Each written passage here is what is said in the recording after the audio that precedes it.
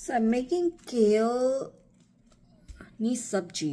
Yes, I'll brush some baking soda to it and then wash it properly. I'll show you how. Here's some baking soda. That's it. And then I'm gonna just so it's nicely washed, and then I'm gonna pat it dry with some napkin.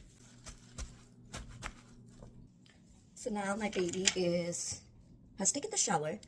No, I don't want to say baby because I'm gonna chop it. Oh god, no, it's not my baby. This is what happens when a serious person like me tries to crack a joke. Falls flat on me. I love people with smart humor or even senseless humor. At least they have some humor. I don't know, it's a struggle for me. But my husband finds me hilarious. He finds me so funny. Okay, so basically I'm just chopping the kale, and once it's done, we'll move to step 2.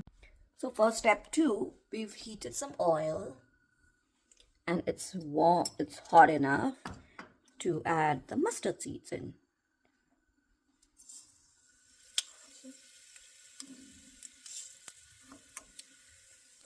And then we'll add the हींग. अभी नहीं, रुको जरा, सब्र करो. Yeah, I'm trying to be funny, but I'm not.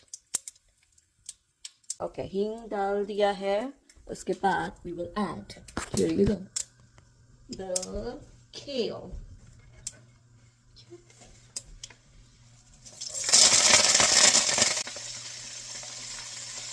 You can add some salt,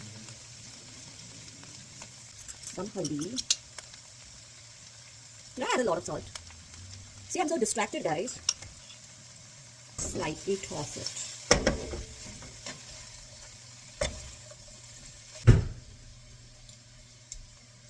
इसको ढक दीजिए. So since I said it's kale no Gujarati shaak, I'm gonna add some basic Gujarati masala like dhana jeeru and lal marchu. You know what? બેન તમે ગુજરાતી છો તો ગુજરાતીમાં જ video બનાવો. I'll get this comments for sure. I'm like, yes, ભાઈ or બેન, અમે ગુજરાતી બોલી શકીએ છીએ. I don't know, એક આદત પડી ગઈ છે થોડુંક ઇંગ્લિશમાં વિડીયોઝ બનાવવાની, પણ અમે બહુ જ 100% ગુજરાતી છીએ. I also love to speak my language in fake accent. ऐसा नहीं है कि मैं सिर्फ अंग्रेजी एक्सेंट मारती हूँ. I can also speak Kathiawadi. હું એકદમ સરસ કાઠિયાવાડી કહી શકું છું.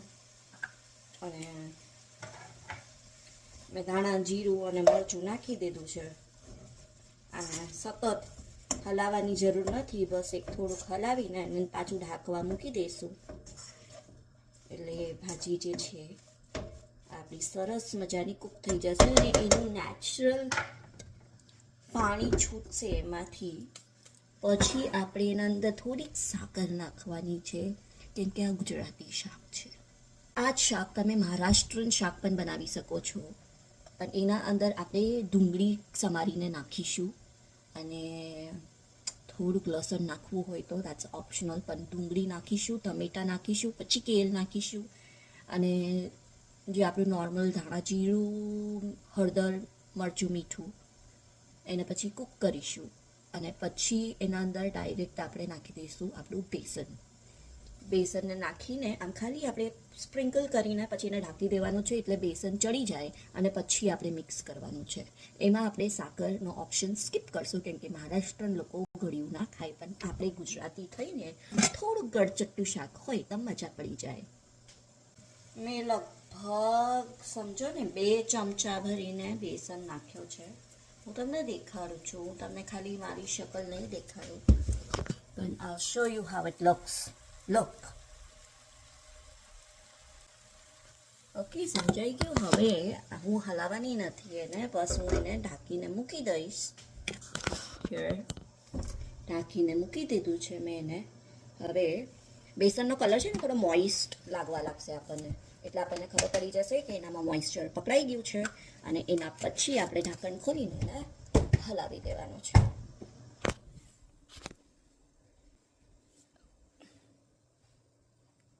થોડો extra touch so that my husband feels romantic sing me all messy મેં કુકિંગ કર્યું છે. તો આપણે જોઈ રહ્યા છીએ કે આપણું શાક બની ગયું છે ઓલમોસ્ટ.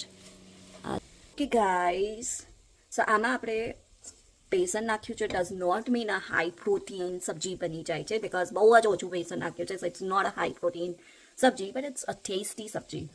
આટલું સા બેસનને તમે પ્રોટીનમાં કાઉન્ટ ના કરી શકો. આના માટે પ્રોટીન અલગથી આપવામાં આવશે મારી છોકરીને. અમારા પાસે છે ને ફ્રોઝન એડમામે ફ્રોઝન ગ્રીન પીસ એ બધું પડ્યું છે તો કોઈક વાર જ્યારે મારા પાસે અલગથી પ્રોટીન પ્રેપ કરવાનો ટાઈમ ના મળ્યો હોય ત્યારે પછી હું એ ફ્રોઝન આઇટમ્સને બહાર નીકાળું છું, એને થોડોક પાણીમાં ધોઈ કાઢું અને એને માઇક્રોવેવ કરી દઉં છું. તમારી પાસે માઇક્રોવેવ ના હોય તો તમે એને ગરમ પાણીમાં પલાળીને મૂકી શકો છો. અને પછી my daughter likes it just એમને પણ તમને અગર એવું હોય તો થોડું ઘી મૂકીને એને સાતડી કાઢો સોલ્ટ અને મરી નાખીને તો બહુ યમી લાગે. ઇવન બટર હોય તો નમક નાખવાની જરૂરત તો નથી આમ પણ નાખો તોય ચાલે.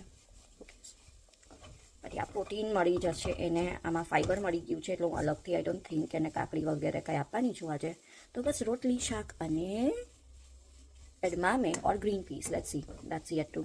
ગ્રીન પીસ વધારે જશે રાઈટ, થોડુંક ગુજરાતી લંચ માટે વટાણા વધારે જાય એડમામે કરકે, ના તો જેપનીઝ ગુજરાતી થઈ જાય ભાઈ.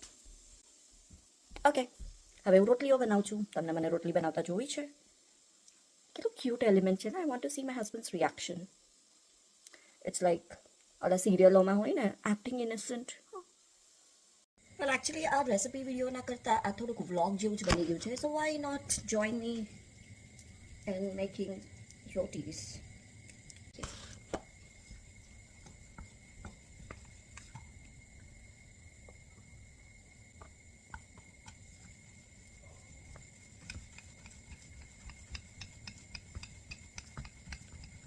मैं विदेश में रह के भी मेरी संस्कृति नहीं भूली. I am a combination of जो कुकिंग करवाती है रोटली आवड़े छे ने कुकिंग करवाती I am not less modern और I am not too much traditional. I know how to maintain my balance right. Like फेमिनिस्टના ચક્કરમાં મારે ભૂખી નથી રહેવું એટલે કુકિંગ તો ભાઈ બધાને જ આવડવું જોઈએ.